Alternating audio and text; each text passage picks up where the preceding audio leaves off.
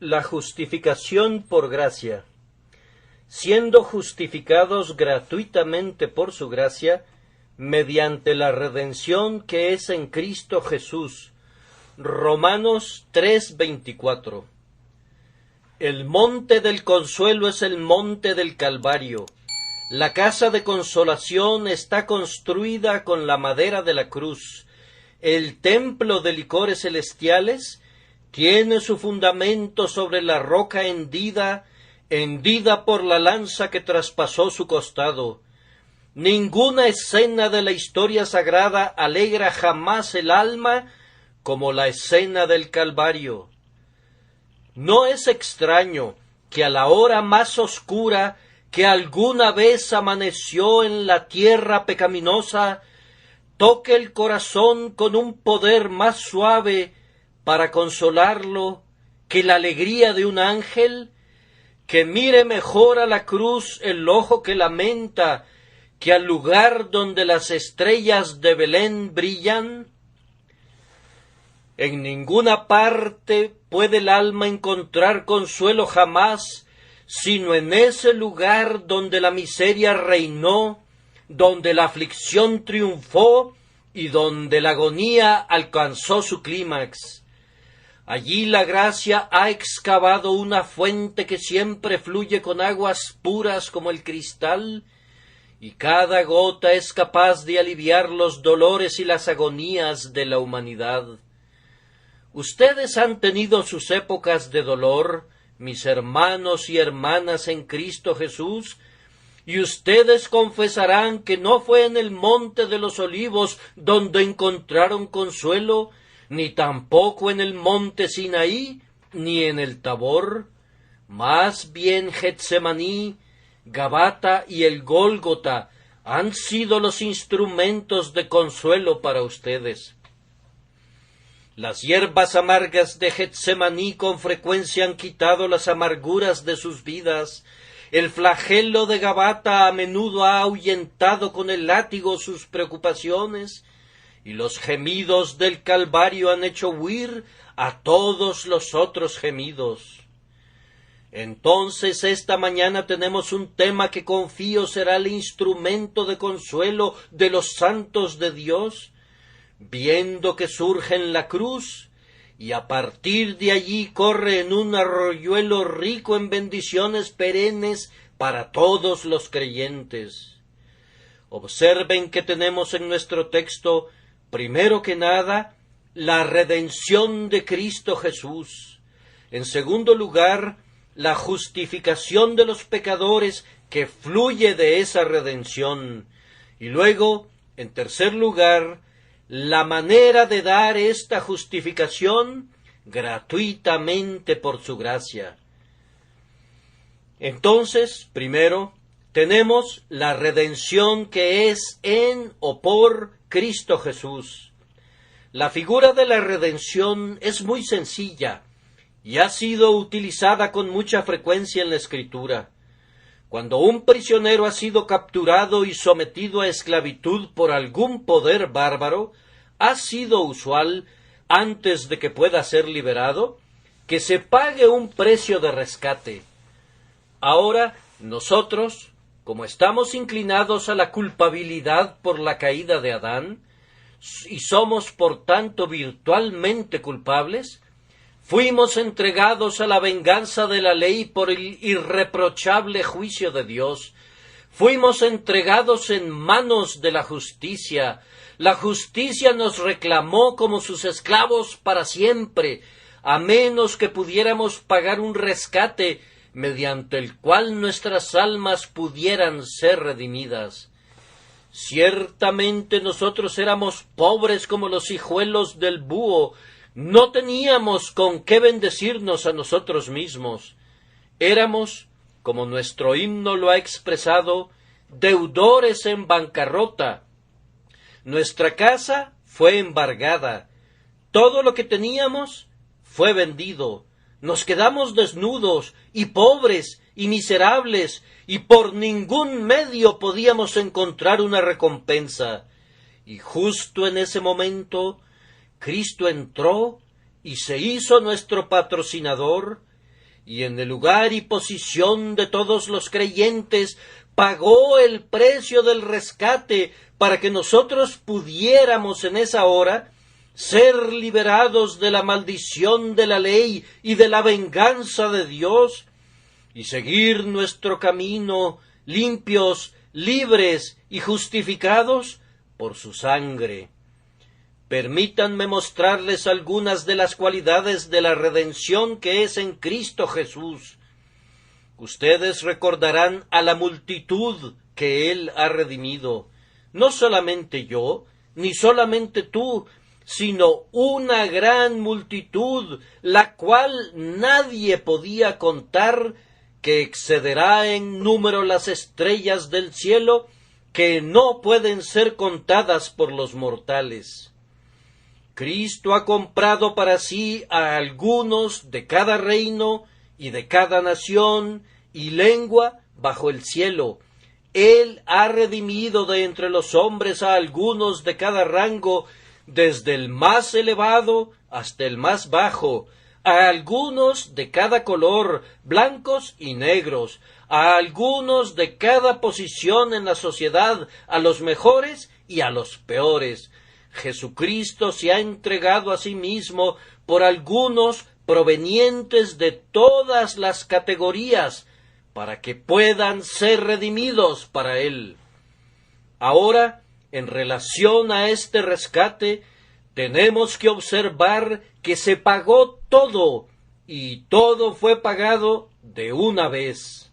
Cuando Cristo redimió a su pueblo, lo hizo por completo. No dejó ni una sola deuda sin pagar, ni ningún pequeño saldo para ser pagado después. Dios demandó de Cristo el pago de los pecados de todo su pueblo. Cristo intervino y pagó hasta el último centavo que su pueblo debía.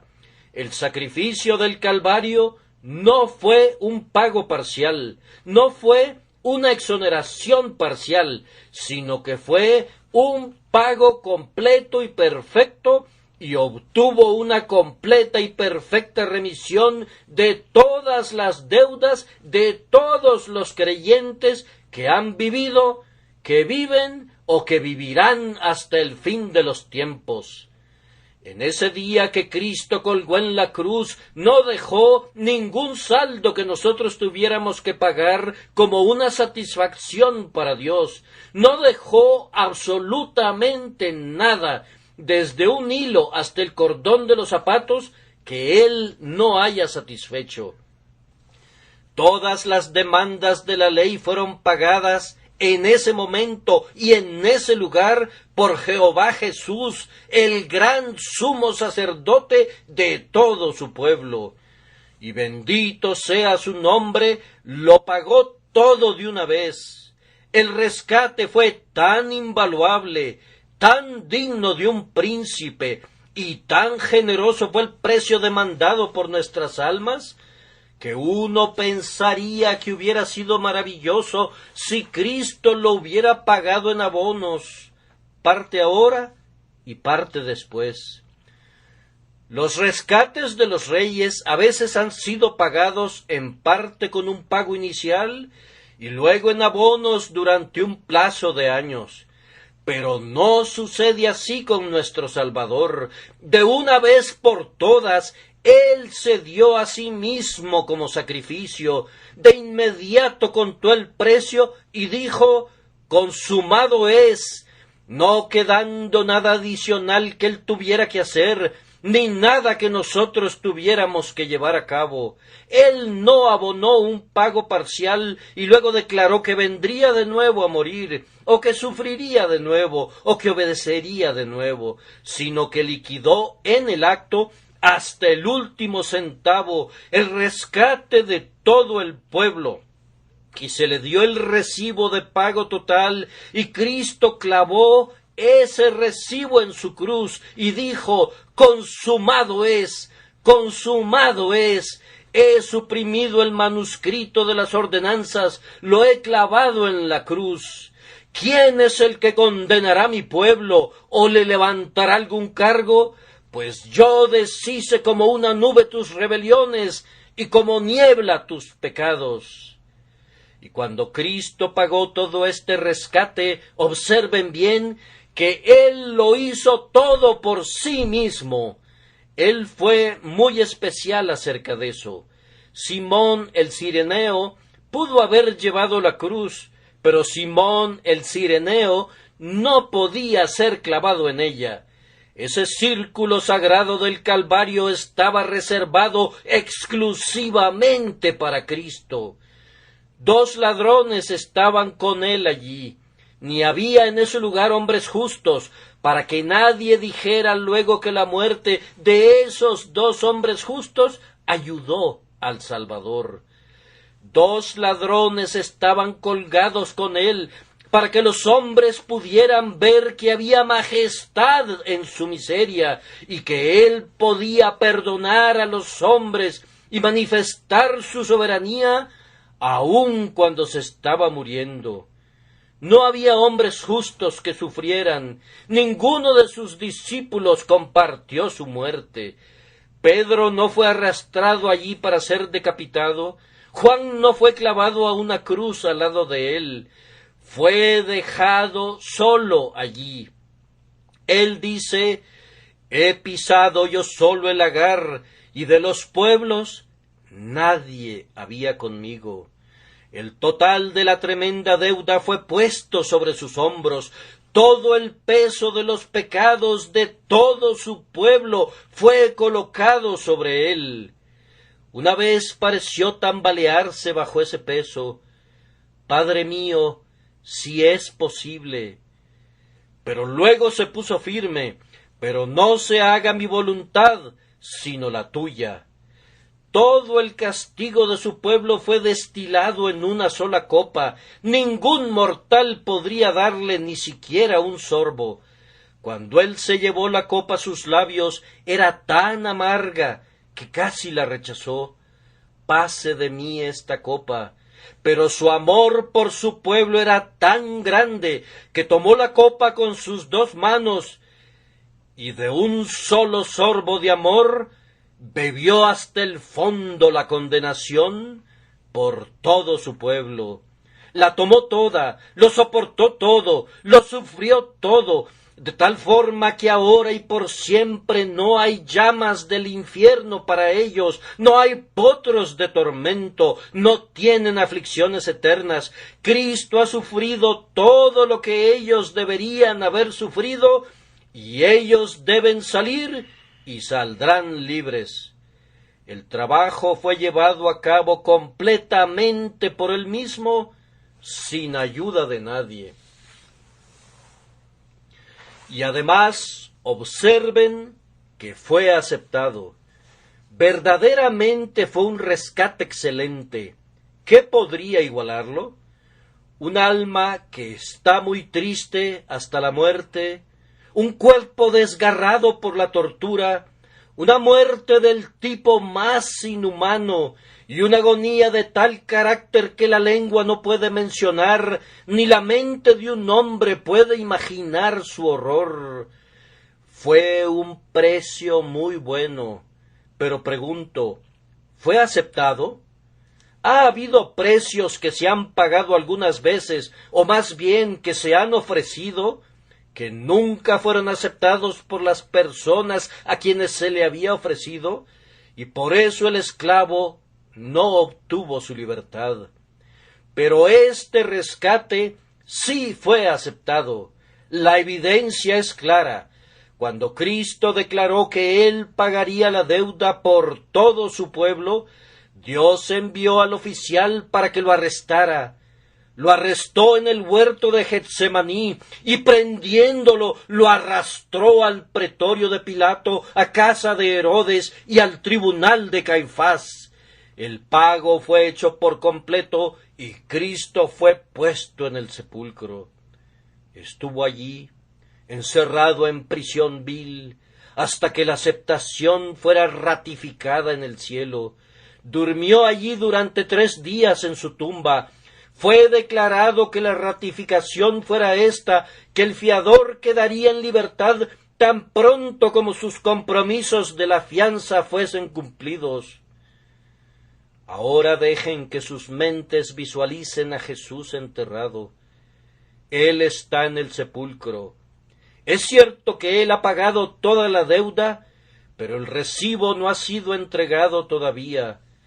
Él duerme en esa estrecha tumba, encerrado allí con un sello sobre una piedra gigante, duerme todavía en su tumba. La aceptación de Dios todavía no ha sido otorgada.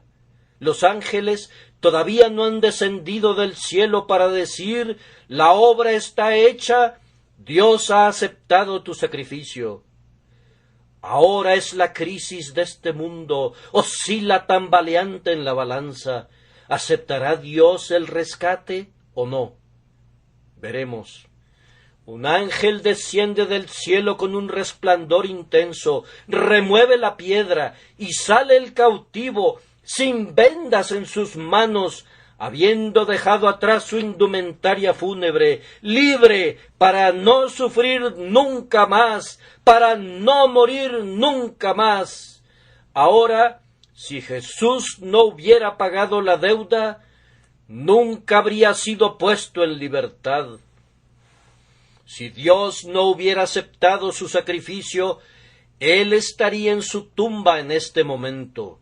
Nunca se hubiera levantado de su tumba, pero su resurrección fue una señal de que Dios lo había aceptado. Dijo: he tenido una reclamación contra ti hasta esta hora. Esa reclamación ha sido satisfecha ahora. Eres libre. La muerte entregó a su cautivo real, la piedra fue rodada, y el conquistador salió llevando cautiva a la cautividad. Y además, Dios dio una segunda prueba de aceptación, pues llevó al cielo a su unigénito Hijo, y lo sentó a su diestra, muy por encima de los principados y potestades, y por medio de eso quiso decirle: siéntate en el trono, pues has hecho la obra poderosa. Todas tus obras y todas tus miserias son aceptadas como el rescate de los hombres. Oh, amados míos, piensen qué escena tan maravillosa debe haber sido cuando Cristo ascendió a la gloria. Qué noble certificado de la aceptación de su Padre. ¿No les parece contemplar la escena en la tierra? Es muy simple. Unos cuantos discípulos están sobre una colina y Cristo comienza a ascender con un movimiento lento y solemne, como si un ángel lo impulsara con suavidad, gradualmente, como niebla o vapor que se levanta de un lago hasta los cielos. ¿Pueden imaginar lo que sucedía allá a lo lejos? ¿Pueden concebir por un momento cómo, cuando el poderoso conquistador entró por las puertas del cielo, los ángeles lo recibieron, trajeron su carroza de lo alto para transportarlo a su trono, batieron sus triunfantes alas y exclamaron: la obra grandiosa ya está hecha? ¿Pueden imaginar cómo resonaban los aplausos cuando él entró por las puertas del cielo? ¿Pueden concebir cómo se empujaban unos a otros para ver cómo se aproximaba él, vencedor y sangrante de la batalla? Ven a Abraham, Isaac, Jacob y a todos los santos redimidos reunidos para contemplar al Salvador y Señor. Ellos habían deseado verlo, y ahora sus ojos lo contemplaban en carne y sangre, el conquistador de la muerte y del infierno. Pueden verlo con el infierno sujetado a las ruedas de su carruaje, arrastrando a la muerte cautiva a través de las calles reales del cielo. ¡Oh, qué espectáculo había allí ese día! Ningún guerrero romano obtuvo jamás un triunfo así. Nadie vio jamás un espectáculo tan majestuoso. la pompa de todo el universo, la realeza de la creación entera, los querubines y los serafines y todos los poderes creados se maravillaron ante esa escena. Y Dios mismo, el Eterno, coronó todo cuando, estrechando a su Hijo contra su pecho, dijo: bien hecho, has finalizado la obra que te encomendé, quédate para siempre, mi amado. Pero él nunca habría tenido ese triunfo si no hubiera pagado toda la deuda.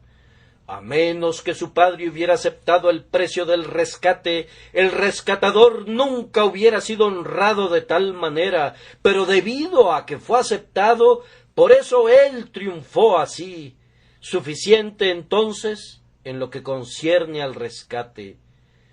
Y ahora, con la ayuda del Espíritu de Dios, voy a referirme al efecto del rescate, siendo justificados gratuitamente por su gracia mediante la redención. Ahora, ¿cuál es el significado de justificación? Los teólogos los confundirían si les preguntan. Voy a hacer mi mejor esfuerzo para explicar la justificación de manera sencilla y simple, para que me entienda inclusive un niño. No hay tal cosa como una justificación que pueda ser obtenida en la tierra por los hombres, excepto de una sola manera. La justificación, ustedes saben, es un término forense. Siempre es empleado en un sentido legal. Un prisionero es traído ante el Tribunal de Justicia para ser juzgado. Sólo hay una forma en que ese prisionero puede ser justificado. Esto es, no debe ser encontrado culpable, y si no es encontrado culpable, entonces es justificado, esto es, se ha demostrado que es un hombre justo. Si ese hombre es encontrado culpable, no puede ser justificado. La reina puede perdonarlo, pero ella no puede justificarlo.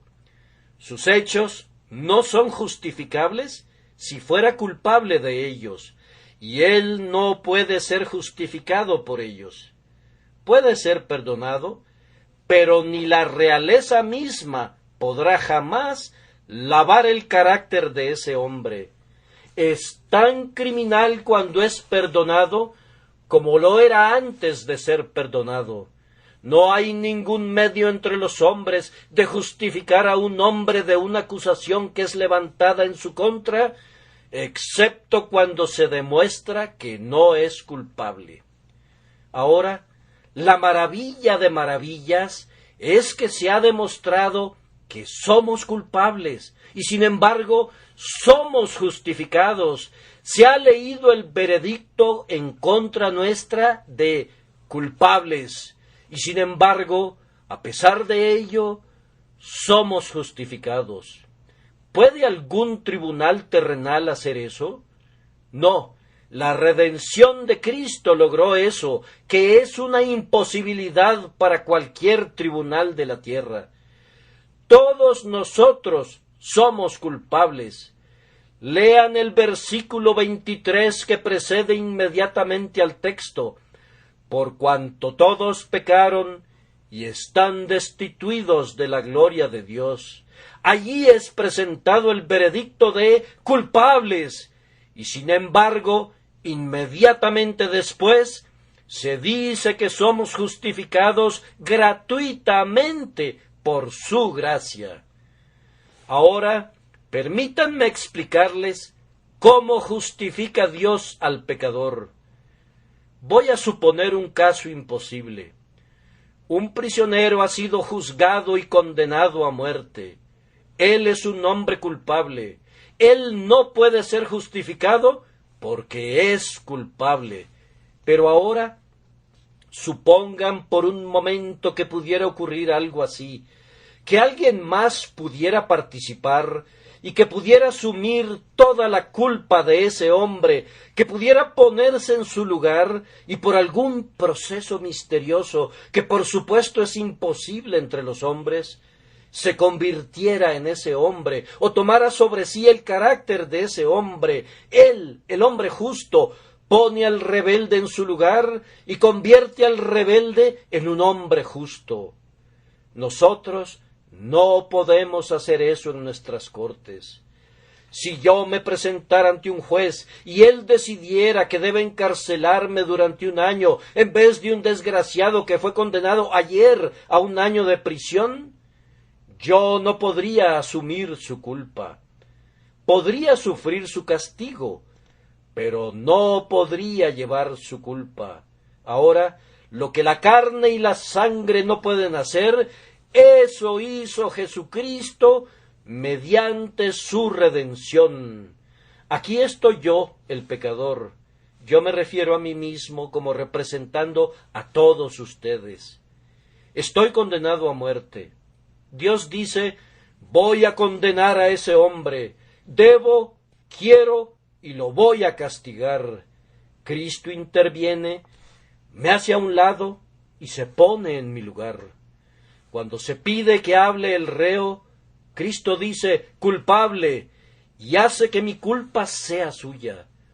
Cuando se va a aplicar el castigo, Cristo se presenta, dice, castígame a mí, he puesto mi justicia en ese hombre, y yo he tomado sobre mí los pecados de ese hombre. Padre, castígame a mí, y considera a ese hombre como si fuera yo.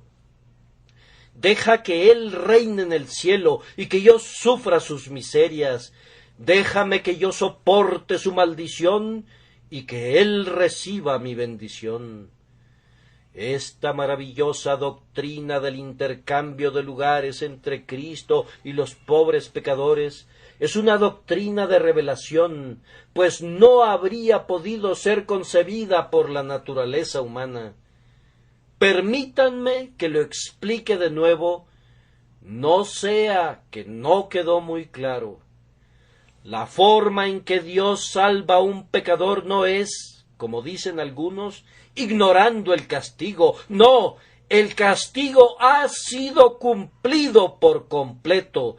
Es colocando a otra persona en el lugar del rebelde. El rebelde debe morir. Dios dice que debe morir. Cristo dice, yo seré el sustituto del rebelde. El rebelde tomará mi lugar y yo tomaré el suyo. Dios consiente a esto. Ningún monarca de la tierra tendría poder para dar su consentimiento a un cambio así, pero el Dios del cielo tenía el derecho de hacer lo que él quisiera. En su infinita misericordia dio su beneplácito al arreglo. Hijo de mi amor, dijo, debes colocarte en el lugar del pecador. Debes sufrir lo que correspondía sufrir a él. Debes ser considerado culpable, tanto como él fue considerado culpable. Y después voy a ver al pecador bajo otra luz.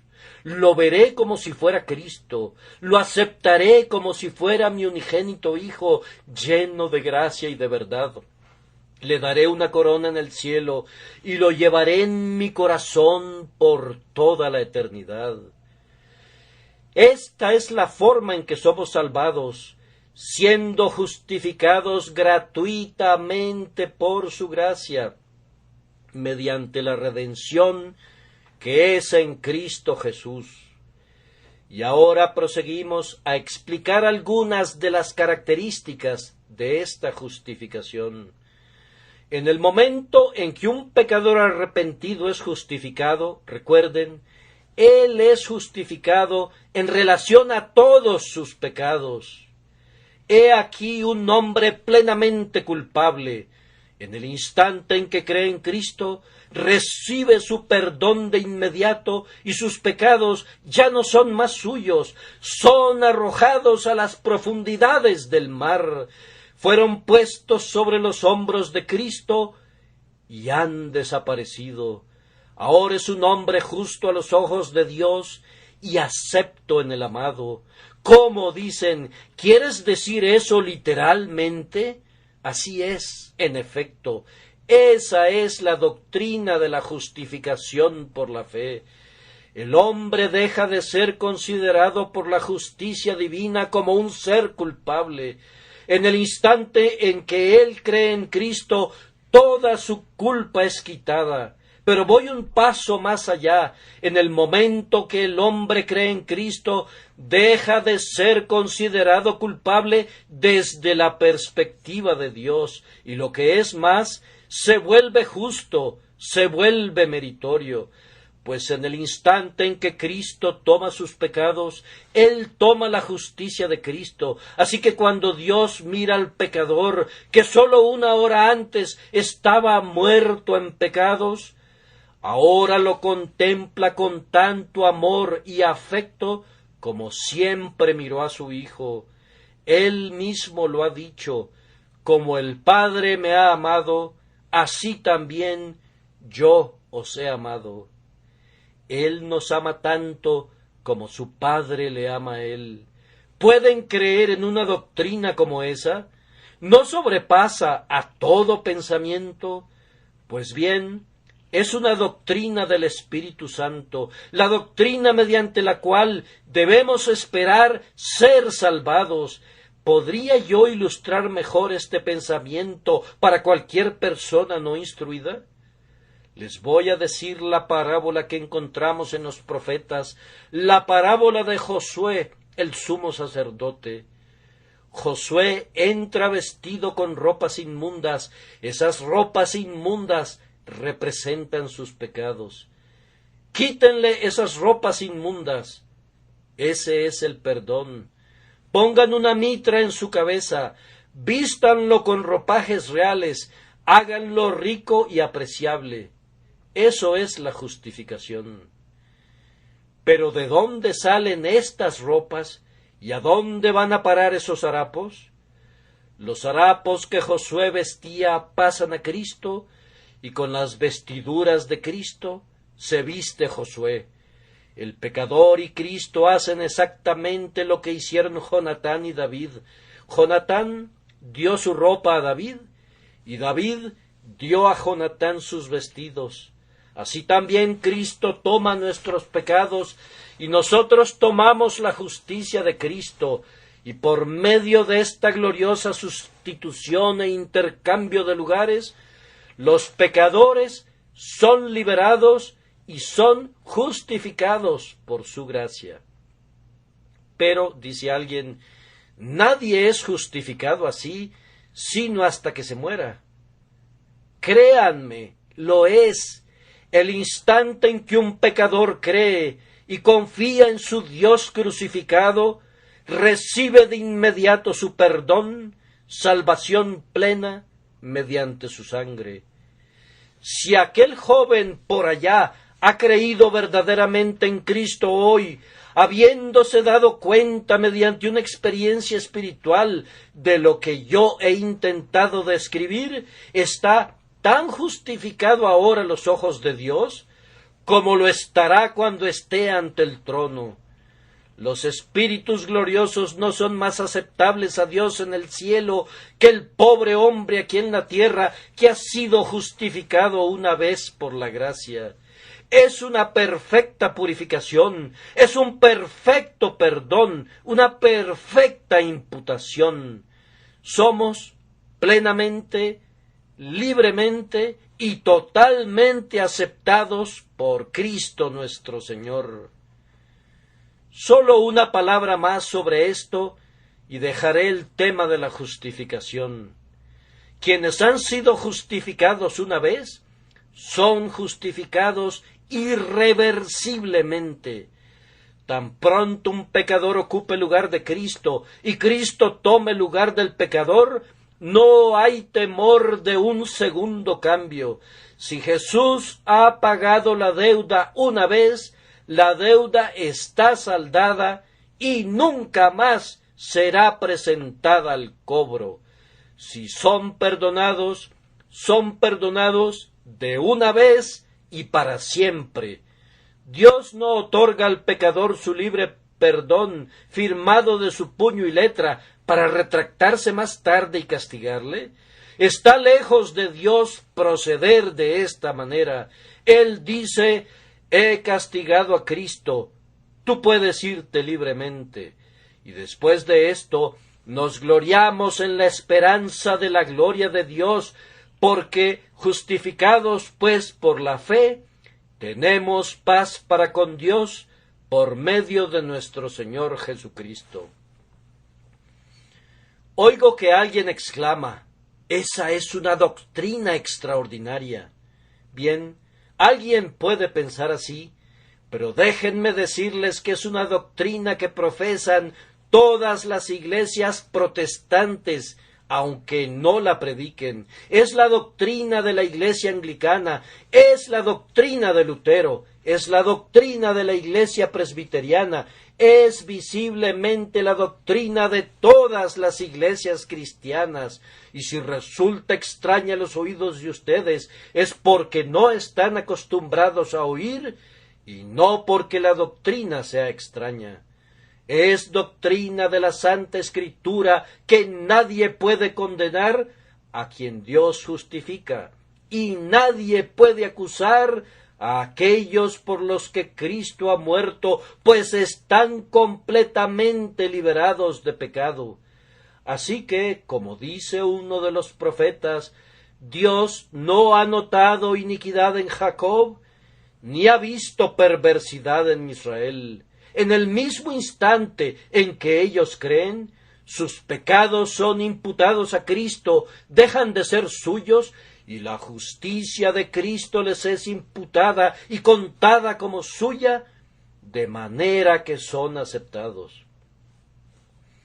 Y ahora voy a terminar con un tercer punto, el cual espero exponer brevemente y con mucho denuedo: la forma de otorgar esta justificación. John Bunyan diría que hay personas a quienes se les hace agua la boca por este gran don de la justificación. Algunos de mis oyentes estarán diciendo: oh, si yo pudiera ser justificado.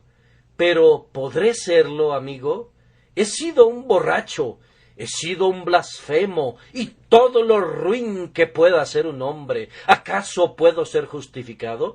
¿Tomará Cristo mis negros pecados y tomaré yo sus blancas vestiduras?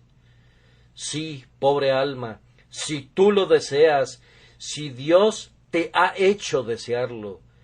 Si confiesas tus pecados, Cristo está dispuesto a tomar tus harapos y a darte su justicia para que sea tuya para siempre. Bien, pero ¿cómo se puede obtener?, dirá alguno. ¿He de ser un santo varón durante muchos años para llegar a conseguirlo? Escucha: gratuitamente por su gracia, gratuitamente, porque no hay precio que pueda pagarlo, por su gracia, porque no es por nuestros méritos.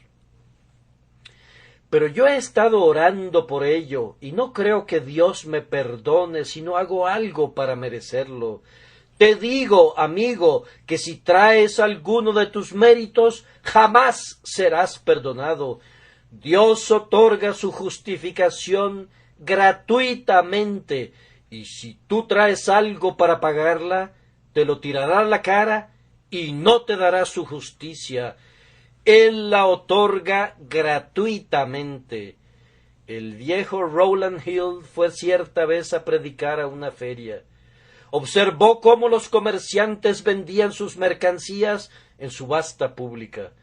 Entonces Rowland dijo: yo también voy a hacer una subasta en la que venderé vino y leche sin dinero y sin precio. Mis amigos allí, dijo, se esfuerzan porque ustedes puedan llegarles a sus precios. Mi problema es que yo no encuentro quien sea capaz de bajarse a los míos. Y esto, mis queridos oyentes, sucede con los hombres. Si yo predicara una justificación que se pudiera comprar con dinero, ¿quién se iría de aquí sin ser justificado? Si yo predicara una justificación que se puede obtener caminando 100 kilómetros, ¿no nos convertiríamos en peregrinos cada uno de nosotros mañana mismo? Si yo predicara una justificación que consistiera en flagelos y torturas, habría muy pocas personas que no aceptarían la tortura, y debo agregar que muy severamente. Pero si se trata de una justificación que es gratuita, los hombres la desprecian. ¿Cómo voy a obtenerla completamente gratis sin que yo haga nada? Así es, la debes obtener a cambio de nada o jamás la tendrás. Es gratuita.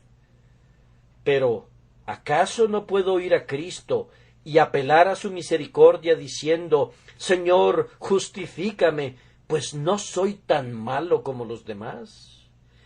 Eso no te servirá de nada, porque es por su gracia.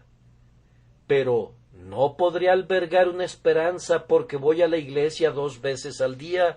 No, Señor, es por su gracia. Pero tampoco podré alegar que intento ser cada vez mejor. No, Señor, es por su gracia. Insultas a Dios queriendo comprar sus tesoros con tu dinero falso.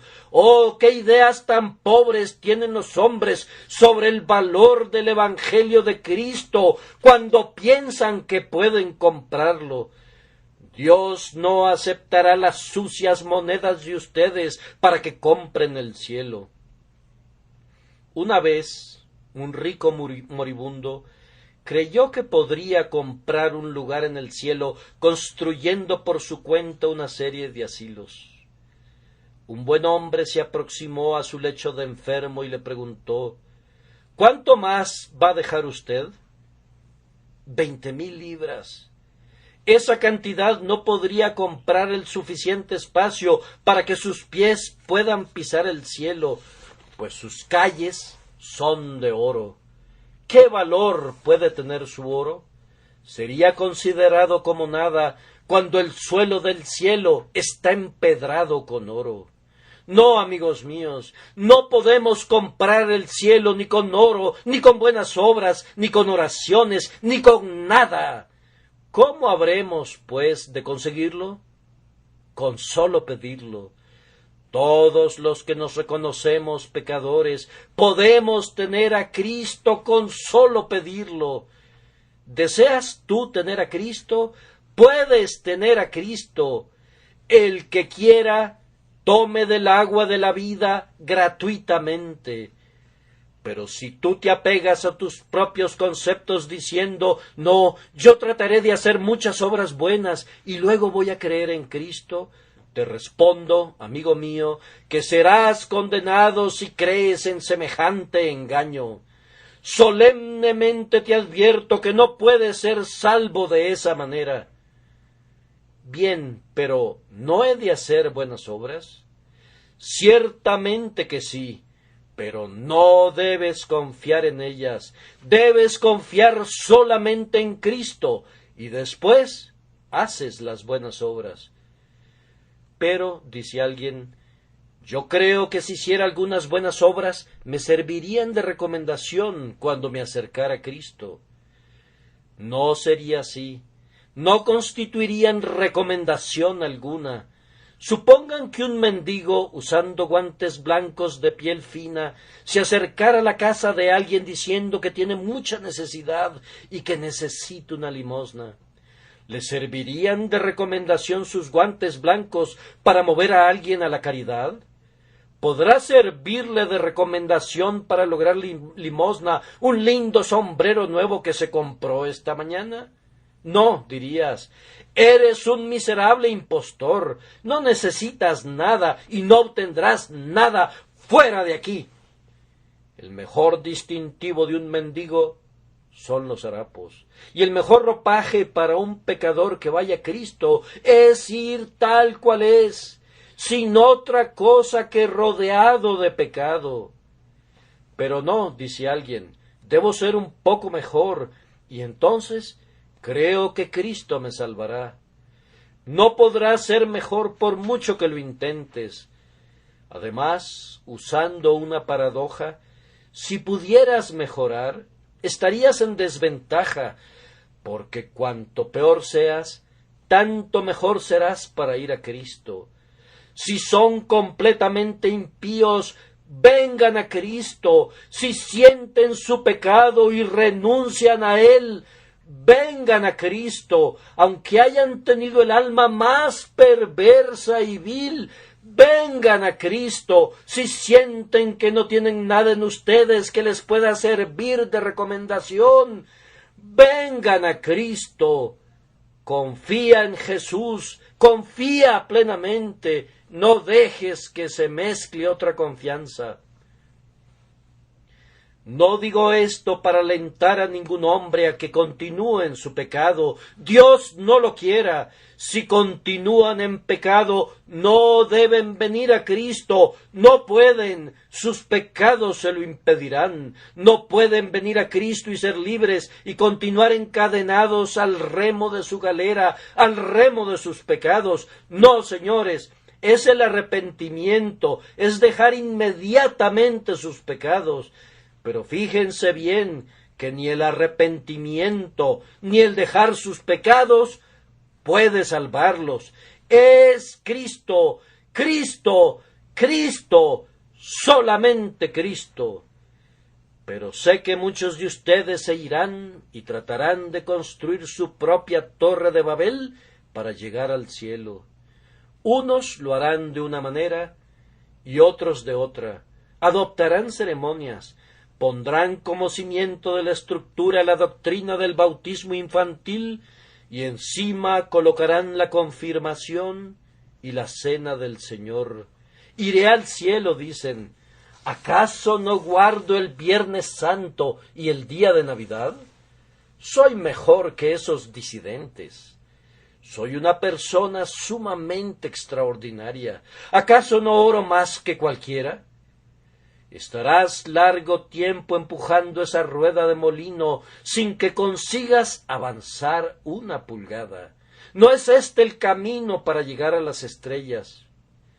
Alguien dice, iré y estudiaré la Biblia y creeré en la sana doctrina. Y no dudo que, creyéndola, seré salvo. En verdad que no lo serás. No serás más salvo por creer en la verdadera doctrina que por hacer buenas obras. Vaya, dirá otro, eso me gusta. Creeré en Cristo y viviré como mejor me plazca. En verdad que no serás salvo, porque si crees en Cristo, Él no te dejará vivir como le plazca tu carne. Por medio del Espíritu te constreñirá a mortificar tus inclinaciones y concupiscencias. Si te concede la gracia de que creas, también te dará después la gracia de vivir una vida santa. Si te da la fe, te dará después buenas obras. No puedes creer en Cristo a menos que renuncies a cada pecado y decidas servirle con pleno propósito de corazón. Por último, creo oír a un pecador que dice, ¿acaso es esa la única puerta? ¿Y puedo aventurarme a pasar por ella? Entonces lo haré, pero no lo comprendo muy bien. Soy como el pobre Tiff en ese libro tan notable titulado Dread. Hablan mucho acerca de una puerta, pero yo no veo esa puerta. Hablan mucho sobre un camino, pero no puedo verlo, porque si el pobre Tiff pudiera ver el camino, saldría por él con aquellos niños. Hablan de combates, pero no veo que nadie luche. De otro modo yo también combatiría. Permítanme que se los explique, pues. Encuentro en la Biblia palabra fiel y digna de ser recibida de todos, que Cristo Jesús vino al mundo para salvar a los pecadores. ¿Qué otra cosa pueden hacer sino creer en esto y confiar en Él? Nunca serán defraudados con una fe como esta. Les voy a poner otro ejemplo que he utilizado cientos de veces, pero que volveré a utilizar por no poder encontrar otro mejor. La fe es algo parecido a esto. Es una historia que se cuenta de un capitán de barco cuyo hijo, un muchacho joven, era muy aficionado a subir por el cordaje del buque. Una vez, persiguiendo a un mono, subió al mástil hasta alcanzar el verterlo mayor. Y como ustedes saben, el verterlo mayor es como una gran mesa redonda puesta sobre el mástil. Así que, cuando el joven estuvo allí, tenía espacio suficiente, pero la dificultad estaba, usando la mejor explicación que puedo, en que no podía alcanzar el mástil que estaba debajo de esa plataforma, pues su estatura no le permitía descolgarse por el verterlo, alcanzar el mástil y bajar. Allí estaba en esa plancha de madera. Se las había arreglado para llegar allí, de alguna manera u otra, pero le era imposible bajar. Su padre se dio cuenta y quedó horrorizado. ¿Qué debía hacer? En unos instantes su hijo caería y quedaría destrozado. Estaba aferrado a la plataforma con todas sus fuerzas, pero en pocos segundos caería sobre la cubierta, convirtiéndose en una masa informe. El capitán pidió un megáfono y llevándoselo a la boca gritó: «Muchacho, la próxima vez que el barco se incline lo suficiente, lánzate al mar». Era en verdad su única salvación. Podía ser rescatado del agua, pero jamás se salvaría si caía sobre cubierta. El pobre muchacho miró al mar. La altura era impresionante. No podía soportar la idea de arrojarse a la corriente que rugía allá abajo. Le pareció brava y peligrosa. ¿Cómo podría lanzarse a ella? Y así se aferró con todas sus fuerzas a la plataforma, aunque no había duda que pronto se soltaría y perecería. El padre pidió una pistola y apuntando al muchacho dijo: «Muchacho, la próxima vez que el barco se incline, lánzate al mar o si no te disparo». El chico sabía que su padre cumpliría su palabra y así, cuando el barco se inclinó hacia un costado, se lanzó al mar. Los robustos brazos de los marineros fueron tras él y lo rescataron subiéndole a cubierta. Como aquel joven, nosotros nos encontramos por naturaleza en una posición de peligro extremo, del cual ni ustedes ni yo tenemos la menor posibilidad de escapar por nosotros mismos. Desafortunadamente, tenemos algunas buenas obras propias a las que, como aquella plataforma, nos aferramos de forma tan entrañable que no las soltaremos nunca. Cristo sabe que, si no las soltamos, terminaremos hechos pedazos, pues esa confianza putrefacta nos destruirá. Y por eso dice: «Pecador, abandona esa confianza en tus propias obras y arrójate en el mar de mi amor». Nosotros miramos hacia abajo diciendo: ¿podré ser salvo confiando en Dios? Parece como si estuviera disgustado conmigo y no podría confiar en Él. ¡Ah! ¿No te persuadirá el tierno grito de la misericordia: «El que creyere será salvo»? ¿Acaso es necesario que te apunte con el arma de la destrucción? El que no creyere será condenado. Ahora te encuentras en la misma posición que aquel joven. Te hallas en una situación que encierra un peligro inminente, y despreciar el consejo del Padre es motivo de la más terrible alarma y hace que tu peligro se agrave. Debes hacerlo, o de otro modo morirás. Deja de aferrarte. La fe consiste en que un pecador se suelte de su asidero y se deje caer, y así es salvado.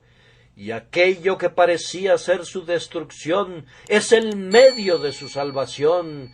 Crean en Cristo, oh pobres pecadores, crean en Cristo, ustedes que conocen su culpa y su miseria, arrójense sobre Él. Vengan y confíen en mi Señor, y como Él vive ante quien estoy, nunca confiarán en Él en vano, sino que serán perdonados y proseguirán su camino gozándose en Cristo Jesús.